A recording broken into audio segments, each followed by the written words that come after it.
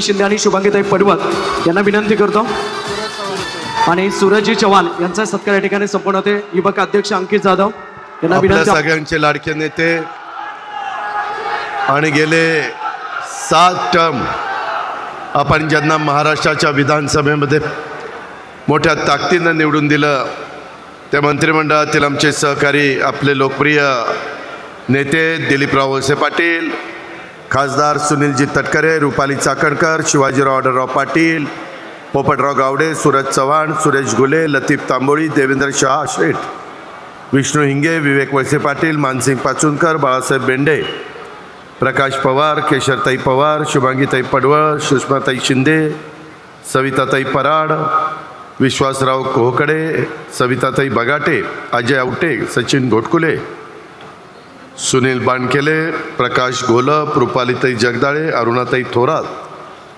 माझ्या आंबेगाव शिरूर विधानसभा मतदारसंघातील जमलेले सर्व माझे बांधव, माझ्या मायमाऊली, माझ्या बहिणी, माझ्या मुली, तसंच उपस्थित असणारे सर्व जिल्ह्याच्या किंवा वेगवेगळ्या भागातून आलेले राष्ट्रवादी काँग्रेस पक्षाचे जीवाभावाचे सहकारी, पत्रकार मित्र आणि जमलेल्या माझ्या तरुण मित्रांनो, खरं तर आपल्याला सगळ्यांना माहिती आहे की आम्ही सगळ्यांनी महाराष्ट्रामध्ये जनसन्मान यात्रा सुरू केलेली आहे आणि त्या यात्रेचा आत्ता आंबेगाव विधानसभा मतदारसंघामध्ये आपण सगळ्यांनी स्वागत केलं। त्याच्यानंतर आम्ही शिरूर विधानसभा मतदारसंघात जाणार आहे। सकाळी आम्ही जुन्नर विधानसभा मतदारसंघामध्ये होतो, परंतु त्याच्या आधी आपल्या सर्वांचा आराध्य दैवत छत्रपती शिवाजी महाराज, स्वराज्य जननी जिजाऊ माँसाहेब, राजर्षी शाहू महाराज, क्रांतीसूर्य महात्मा ज्योतिराव फुले, महामानव डॉक्टर बाबासाहेब आंबेडकर, त्यामध्ये क्रांतीज्योती सावित्रीबाई फुले, राजमाता पुण्यश्लोक अहिल्यादेवी होळकर, रमाई माता यांच्यासह इंग्रजांच्या विरुद्ध सशस्त्र लढा देणारे थोर क्रांतिकारक भगवान बिरसा मुंडा, या सगळ्यांना मी सुरुवातीलाच आपल्या सगळ्यांच्या साक्षीनं वंदन करतो, अभिवादन करतो। आता पवित्र श्रावण महिना सुरू झालेला आहे। उद्या 3रा श्रावणी सोमवार आहे। आपल्या 12 ज्योतिर्लिंगापैकी एक असणाऱ्या श्री भीमाशंकरच्या चरणी देखील मी नतमस्तक होतो आणि ह्या शेतकरी मेळाव्याच्या निमित्तानं माझी लाडकी बहीण योजना उभ्या महाराष्ट्रामध्ये अतिशय लोकप्रिय होत असताना दिसते आणि त्याच्यातनं मोठ्या संख्येने माझा महिला वर्ग मायमाऊली इथं आलेले आहेत। या सगळ्या मेळाव्याच्या निमित्तानं महायुती सरकारवर, इथल्या लोकप्रतिनिधीच्या कर्तृत्वावर आणि क्षमतेवर नागरिकांचा विश्वास आहे। म्हणूनच येणाऱ्या काळात देखील आपण सर्वजण आम्हाला भक्कम पाठिंबा द्याल अशा प्रकारची मी अपेक्षा व्यक्त करतो, तशी विनंती देखील मी आपल्याला करतो। आपल्याला नवीन नवीन कार्यकर्ते निर्माण होत असतात। आदरणीय पवार साहेबांनी पण त्यांच्या अनेक वर्षाच्या राजकीय जीवनामध्ये अनेकांना आम्हाला संधी दिली। आम्ही देखील आता राजकीय जीवनामध्ये काम करत असताना तरुणींना, महिलांना संधी त्या ठिकाणी देतोय आणि ही संधी देत असताना आंबेगाव विधानसभा मतदारसंघातली जनता तसं बघितलं तर नशिबान आहे। तुम्हाला दिलीपराव वळसे पाटील साहेबांच्या सारखा संयमी आणि अभ्यासू नेतृत्व मिळालेलं।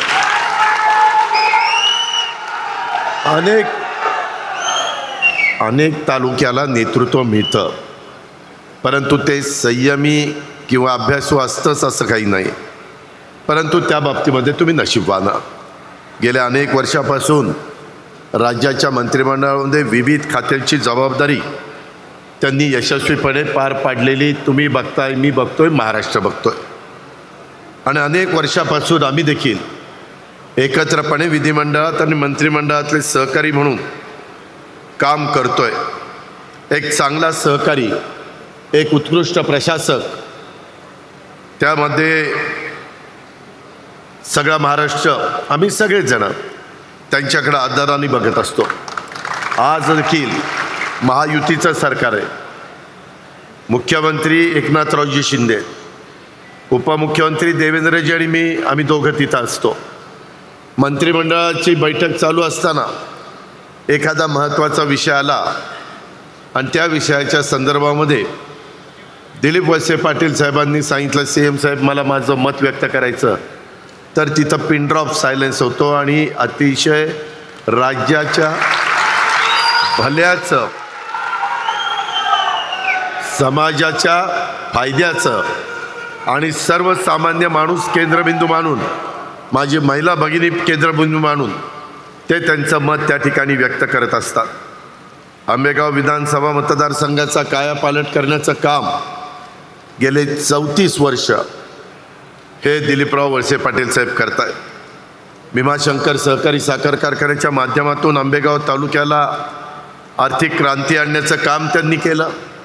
आज सहकार खातं, सगळी सहकारी संस्था आणि साखर कारखानदारी ही त्यांच्या हातामध्ये आहे. सहकारी बँका, अर्बन बँका, आज त्यांची जबाबदारी त्यांच्यावर आहे.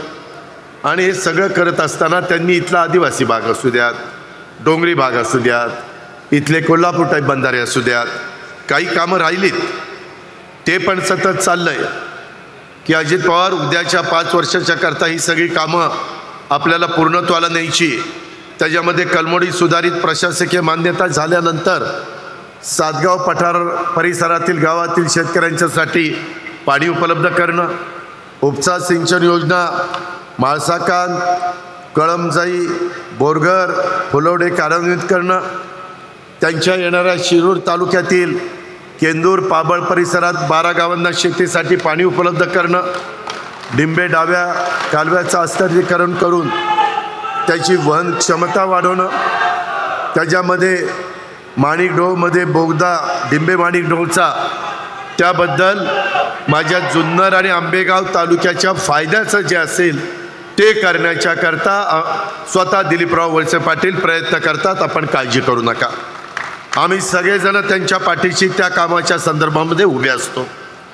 त्याच्यामुळे कुठल्याही परिस्थितीमध्ये ज्या मतदारसंघाला त्यांनी तळहाताच्या फोडाप्रमाणे जपलेलं आहे त्या बाबतीमध्ये आता काही हौसे दौसे गवसे येत आहेत आणि काही ना काही वल्गना करतायत, तो त्यांचा अधिकार आहे. मला काही विरोधकांच्यावर टीका करायची नाही. आंबेगावकरांनो, शिरूरकरांनो, गेले काही दिवस जनसन्मान यात्रा सुरू झाल्यापासून मी स्वतः पक्क ठरवलेलं आहे, आपण फक्त विकासाचं बोलायचं. आपण फक्त गरिबीमध्ये जगत असणाऱ्या माझ्या मायमाऊली, माझे बांधव यांना बाहेर काढण्याच्या करता आपण प्रयत्न करायचा, त्यांच्याकरता योजना आणायच्या. विरोधकांनी आम्हाला शिव्या देतात, शाप देतात, काही बडबडतात. कोण कुणाला सरडा म्हणतं, कोण कुणाला ढेकून म्हणतं. अरे बाबांनो, हे ढेकून आणि सरडा म्हणून प्रश्न सुटणार आहेत? महाराष्ट्राचा कायापालट होणार आहे? उगीच आईबापांनी जन्माला घातल्यानंतर मिळाली जीभ लावली टाळ्याला, हे चालतं? आज तुम्ही जनता सुज्ञ आहात.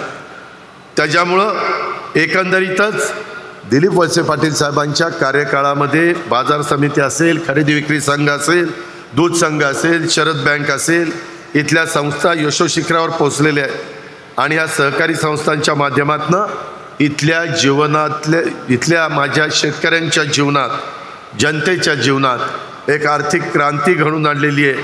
आंबेगाव तालुक्याचा विकास झालेला आहे, हे कोणी नाकारू शकत नाही. परंतु आज देखील सतत हाच प्रयत्न की बाबा हे केलं तर राज्याला फायद्याचं आहे, अमुक केलं तर जिल्ह्याला फायद्याचं आहे, त्याच्या पुढचा निर्णय घेतला तर शिरूर आणि आंबेगाव विधानसभा मतदारसंघाला फायद्याचा आहे. मी आंबेगावकरांनो तुम्हाला सांगतो, एखादा कार्यकर्ता अतिशय सर्व गुणसंपन्न होण्याच्या करता, माहितगार होण्याच्या करता 25-25, 30-30 वर्ष घासावी लागतात. एकदम कुणी उठतं आणि नेता व्हायला जातं, ते येड्या गाबाळ्याचं काम नाही. त्याच्यातून आपल्या भागाचं नुकसान होतं आहे. आज दिलीपरावांना इथले बारकाईनं सगळ्या भागातले प्रश्न माहिती आहेत. आढळराव पाटलांना माहिती आहेत, इतर माझ्या मान्यवरांना माहिती आहे. माझं एकच थोडंसं मनामध्ये खंत आहे, तो तुमचा अधिकार आहे, त्याबद्दल मी तुम्हाला काही म्हणणार नाही. घटनेचे शिल्पकार डॉक्टर बाबासाहेब आंबेडकरांनी तुम्हाला तो अधिकार दिला आहे, हे आम्हाला मान्यच आहे. परंतु कालच्या लोकसभेच्या निवडणुकीच्या निमित्तानं जो काही निकाल लागला आम्ही स्वीकारला. यशाने हुरळून जायचं नसतं, अपयशाने नाउमेद व्हायचं नसतं, ही स्वर्गीय यशवंतराव चव्हाण साहेबांची आम्हाला शिकवण आहे आणि त्या दिशेने आम्ही पुढे चाललो आहे. शाहू फुले आंबेडकरांच्या विचारधारेनेच आम्ही पुढे चाललो आहे. आम्हाला सर्व जाती धर्माचे लोक सारखे. आम्ही कधी आमच्या राजकीय जीवनामध्ये काम करताना भेदभाव केला नाही, कारण आमच्या महापुरुषांचा आदर्श आमच्या डोळ्यासमोर आहे, तुमच्या डोळ्यासमोर आहे. आणि त्याकरता हे सगळं करत असताना काल आपला युतीचे उमेदवार म्हणून आढळराव पाटलांचा पराभव झाला. शिरूरमधल्या 42 गावांनी 16,000 मायनस तिथं केलं. आंबेगाव तालुक्यांनी 5,000 प्लस जरी केलं असलं तर आदिवासी भाग आंबेगावचा तिथं 5,000 आपण मायनस होतो, पण ती भर इतर भागांनी काढली आणि 11,000 मायनस ती सीट गेलं. आपण लोकप्रतिनिधी कशाला निवडून देतो? जनतेचे प्रश्न सोडवण्याच्या करता. आपल्या इथं विकास यावा, आपल्यातली गरिबी कमी व्हावी, सर्व लोकांना न्याय मिळावा. आत्ताच मला कुंभार समाजाचे माझे सहकारी मित्र सांगत होते, दादा आमचाही महामंडळाचं जाहीर करा. आपण निर्णय घेत असताना सगळ्या जाती धर्माच्या लोकांना बरोबर घेऊन चाललो आहे. आंबेगावकरांनो, इथं संविधान आहे, घटनेचे शिल्पकार डॉक्टर बाबासाहेब आंबेडकरांनी दिलेलं संविधान. कालच्या 15 ऑगस्टला राष्ट्रवादी काँग्रेस पक्षाने जिथं जिथं झेंडावंदन पक्षाच्या कार्यालयामध्ये केलं तिथं संविधानाचं वाचन देखील आम्ही केलं. मी पुण्यामध्ये संविधानाचं वाचन केलं, मुंबईमध्ये तटकरे साहेबांनी केलं, ह्या परिसरामध्ये दिलीपरावांनी केलं. एवढा आम्ही त्याचा आदर करतो. जगामध्ये आपलं संविधान अतिशय उच्च दर्जाचं आहे, त्याबद्दल दुमत कुणाचंच नाही. पण काय सांगण्यात आलं की परत मोदी साहेब आल्यानंतर संविधान बदलणार. आज तिसऱ्यांदा ते पंतप्रधान झाले, संविधानाला हात लावला. उलट ते पंतप्रधानाची शपथ घेत होते, राष्ट्रपती भवनामध्ये संविधानाचा आदर करून संविधान तिथं ठेवलं होतं. NDAची मिटिंग होती, संविधानाच्या पुढं नतमस्तक आम्ही झालो आणि नंतर मिटिंग सुरू केली. कुणी तुम्हाला सांगितलं का माझ्या मागासवर्गीय समाजाने, का माझ्या आदिवासी समाजाने की संविधान बदलल्यानंतर घटना बदलणार, घटना बदलल्यानंतर आरक्षण जाणार, आपल्याला मिळणाऱ्या सवलती जाणार, असं कुणीतरी तुमच्या डोक्यामध्ये घातलं आणि काही ठिकाणी जनता त्याला बळी पडली. अरे खोटं नाटं सांगताय. मी आजपर्यंत तुमच्या सगळ्यांच्या समोर काम करतो, तुम्ही पण मला ओळखता, मी तुम्हाला ओळखतो. मी कधी लोकांना फसवलं नाही, दिलेला शब्द पाळला. मी शब्दाचा पक्का आहे. आज लोक देखील महाराष्ट्रातले म्हणतात की एखादा शब्द घ्यायचा असेल तर अजित पवारकडनं घ्या, तो शब्द बदलत नाही. ही माझी ओळख आहे, ही माझी कामाची पद्धत आहे. आणि असं असताना मात्र आमचे बांधव मागासवर्गीय आणि आमचे आदिवासी तिथं थोडेसे आमच्यापासून बाजूला गेले, तरी पण आम्ही ते मनात आणलं नाही. तो तुमचा अधिकार आहे. पण आता आम्ही तुम्हाला समजून सांगतोय, बाबा दुरुस्त करा. दुरुस्त करण्याचं तरी तुमच्या हातात आहे. त्यामध्ये स्वातंत्र्य दिनाच्या पहाटे 4 वाजता पुन्हा मी बघितलं किती लाख आमच्या महिलांच्यापर्यंत पोचलं. पहिलं पोचलं 35 लाख महिलांच्या पुढं, नंतर पैसे पोचले थेट त्यांच्या अकाउंटला 48 लाख. आता पोचलेत 1,08,00,000 महिलांच्या अकाउंटला पैसे पोचले. रक्षाबंधनाच्या पूर्वी माझा, मुख्यमंत्र्यांचा, देवेंद्रजींचा आणि आदितीचा प्रयत्न हा आहे की 1.5 कोटी महिलांच्या खात्यामध्ये हा सन्मान निधी मी त्याला म्हणतो, कारण तो तुमचा सन्मान आहे. हा निधी हस्तांतर करण्यात येईल. हा शब्द ह्या निमित्तानं माझ्या सगळ्या बहिणींना मी देतो. महायुतीच्या सरकारने दिलेला शब्द पाळला आहे. कोणत्याही परिस्थितीमध्ये ही योजना बंद होणार नाही. त्याच्यामुळं काही जण म्हणतात हे बंद होईल बंद होईल. आम्ही बंद करणारी माणसं नाही, आम्ही काम करणारी माणसं आहेत, योजना पुढे नेणारी माणसं आहेत. दिलीप वळसे पाटील आणि सुनील तटकरे त्यावेळेस मंत्रिमंडळात होते. विचारा 1999-2004चा काळ, निवडणुकीच्या आधी वीज माफी करण्याचा निर्णय शिंदे साहेबांच्या सरकारने घेतला. ते मुख्यमंत्री होते आणि नंतर सरकार आलं आणि म्हणलं हे पुढं चालू ठेवायचं. आम्हाला सांगितलं नाही, आता निवडणूक झाली, आपलं भागलं, आता बंद. असलं माझ्याकडनं होणार नाही, हे मी महाराष्ट्राला सांगतोय. महायुती तसं करणार नाही. फक्त त्याकरता आपल्या हातात ती गोष्ट आहे, ते थांबवायचं का पुढं चालवायचं. तुम्ही म्हणाल कसं? तुम्ही जर लोकसभेसारखा दणका दिला तर बंद होईल,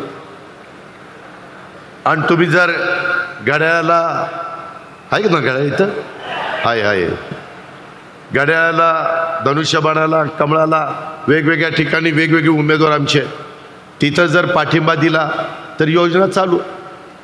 कारण नियोजन करताना पुढच्या 5 वर्षाचा पण सगळा हिशोब, इथं बसलेला मी एकटा 10वा अर्थसंकल्प सादर केला, दिलीप वळसे पाटलांनी एक अर्थसंकल्प सादर केला, सुनील तटकरेंनी एक अर्थसंकल्प सादर केला. मित्रांनो, आम्ही अनुभवी आहोत. एकदम उठलोय ना आमच्या हातात कुणी काहीतरी दिलंय तसलं कोलीत बिलीत केलेलं नाही आम्ही. त्याच्यामुळं तुम्ही भावनिक होऊ नका. हा आपला प्रपंचाचा विषय, हा आपला धंद्या पाण्याचा विषय. ह्या 3 हॉर्सपॉवर, 5 हॉर्सपॉवर, 7.5 हॉर्सपॉवर पुढे चालवायच्या आहेत. आता सोलर पॉवर आम्ही देतोय, सोलरचे पॅनल आम्ही देतोय. इथनं पुढं सोलर ऊर्जा पंप मागेल त्याला देण्याचा निर्णय आपण घेतला आहे. बजेटमध्ये तशा पद्धतीनं तरतूद केली.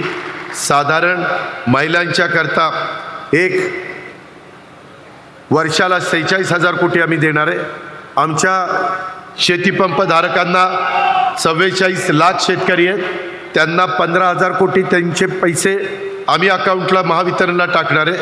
त्याच्यामध्ये मुलींचं कॉलेजचं शिक्षण मोफत करण्याच्या करता ते 3,000 कोटी रुपये वेगळे त्याच्याकरता दिलेले आहेत. त्याचबरोबर 3 गॅस सिलेंडर फ्री, ते पैसे तुमच्या अकाउंटला येणार आहेत.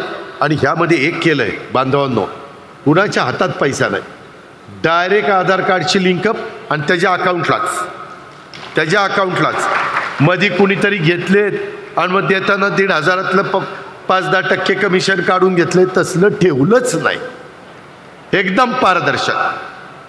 गॅस सिलेंडरचे पैसे तुम्हाला, माझ्या मुलीच्या गरिबाच्या शिकतात त्यांचे पैसे डायरेक्ट त्यांच्या जी इन्स्टिट्यूट असेल त्या इन्स्टिट्यूटला.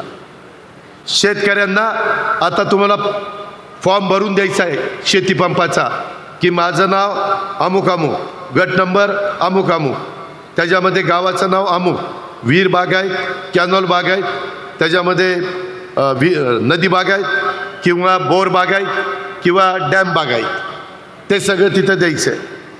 आणि इथनं पुढं मला ह्या योजनेमध्ये भाग घ्यायचा आहे.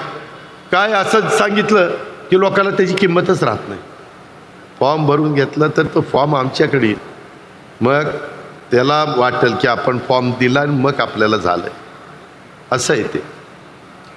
त्याच्यामध्ये आज आमच्या महिलांनी फॉर्म भरला की नाही, सगळी कागदपत्रं दिली की नाही.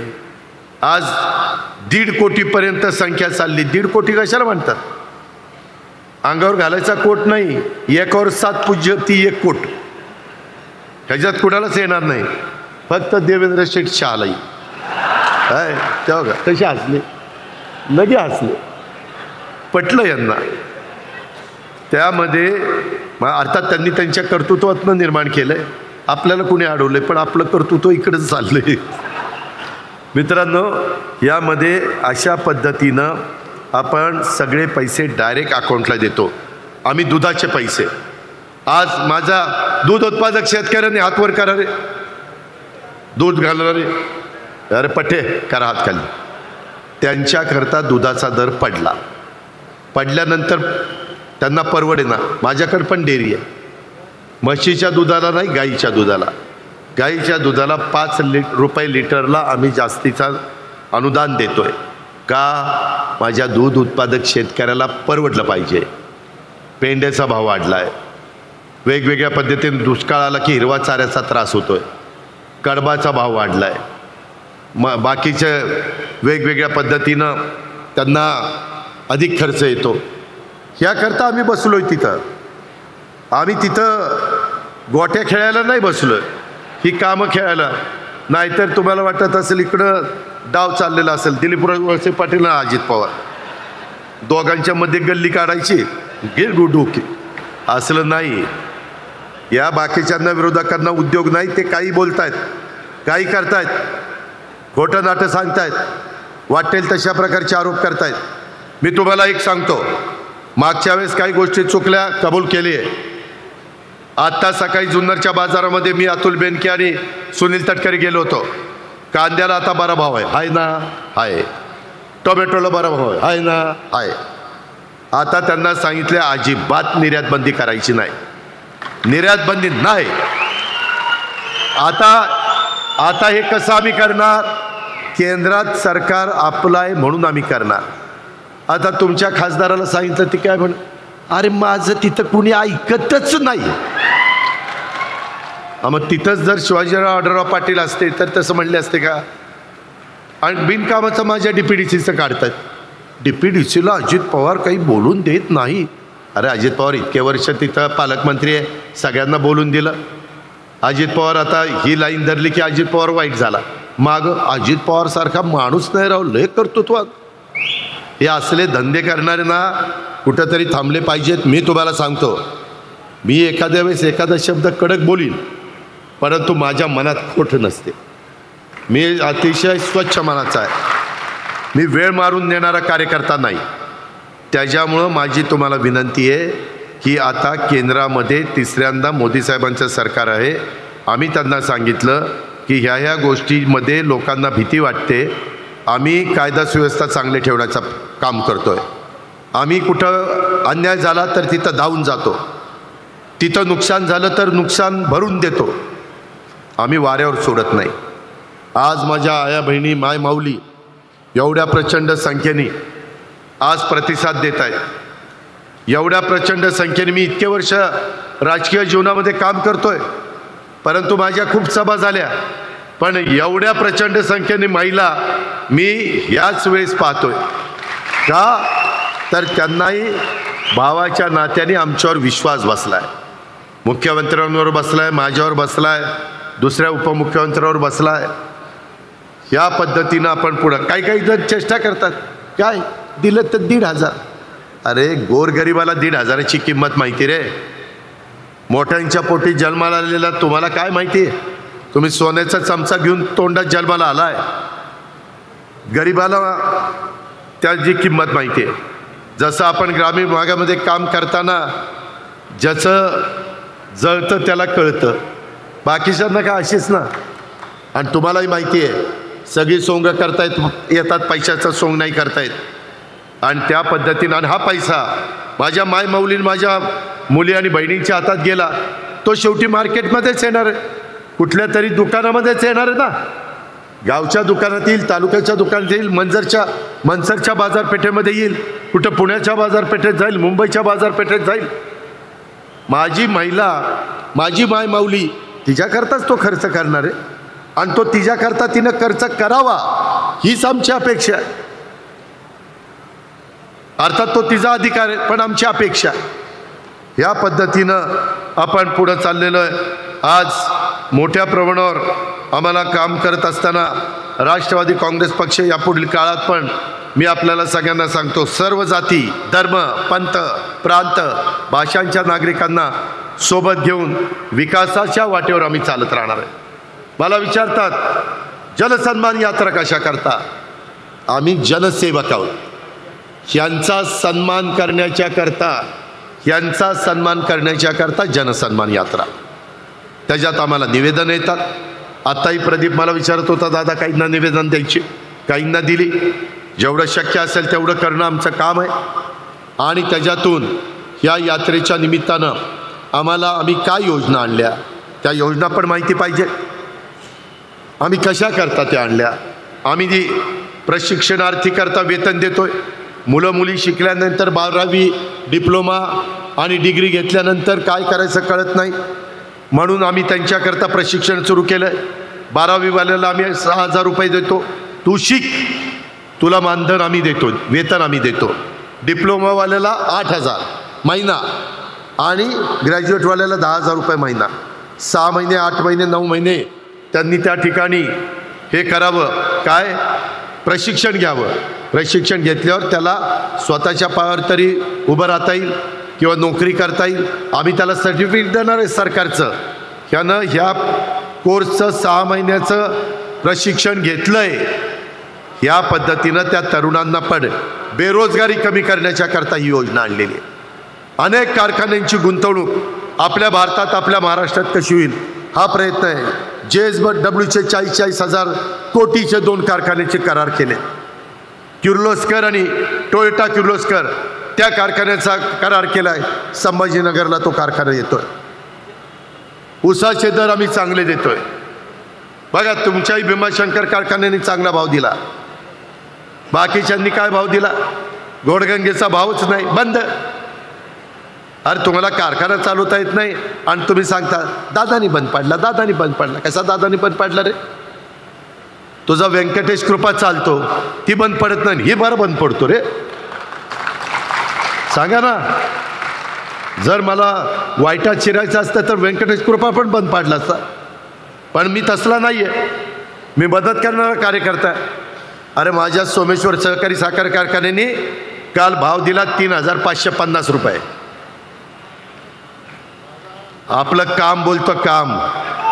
आणि त्याच्यामध्ये माझ्या शेवटच्या महिन्यात ऊस आला, त्यांना 200 रुपये टनाला जास्त दिले, रिकव्हरी जास्त असते म्हणून. खोडवा आणि त्या सुरूस त्याला भाव दिला 3,750 रुपये. महाराष्ट्रात नंबर 1चा भाव.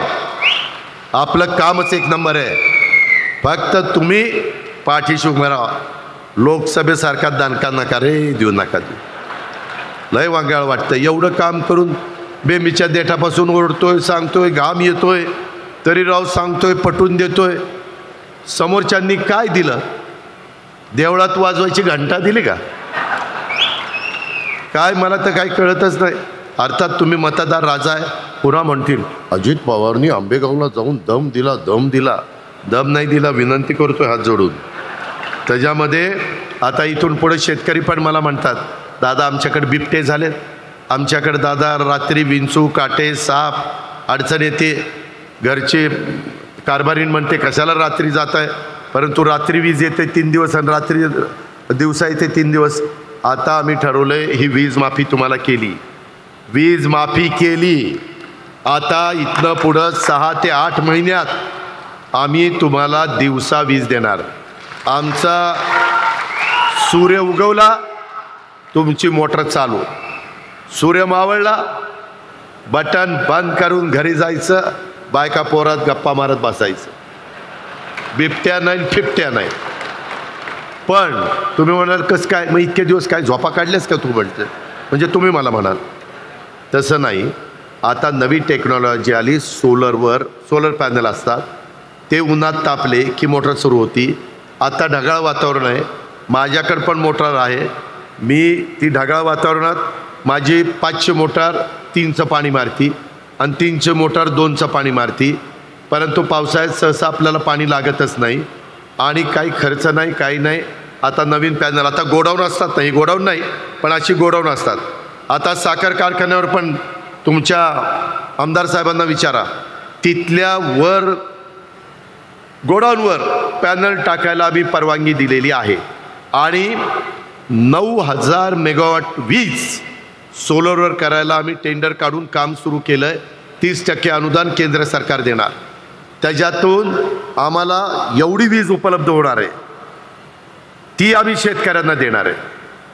शेतकऱ्यांना सांगणार आता दिवसा पाहिजे ना, घे दिवसा. आता चांगलं पीक काढ, आता चांगली शेतीवाडी कर, आता चांगला भाजीपाला पिकव, आता चांगल्या फळबागा घे. या पद्धतीनं आमचं काम चाललं आहे.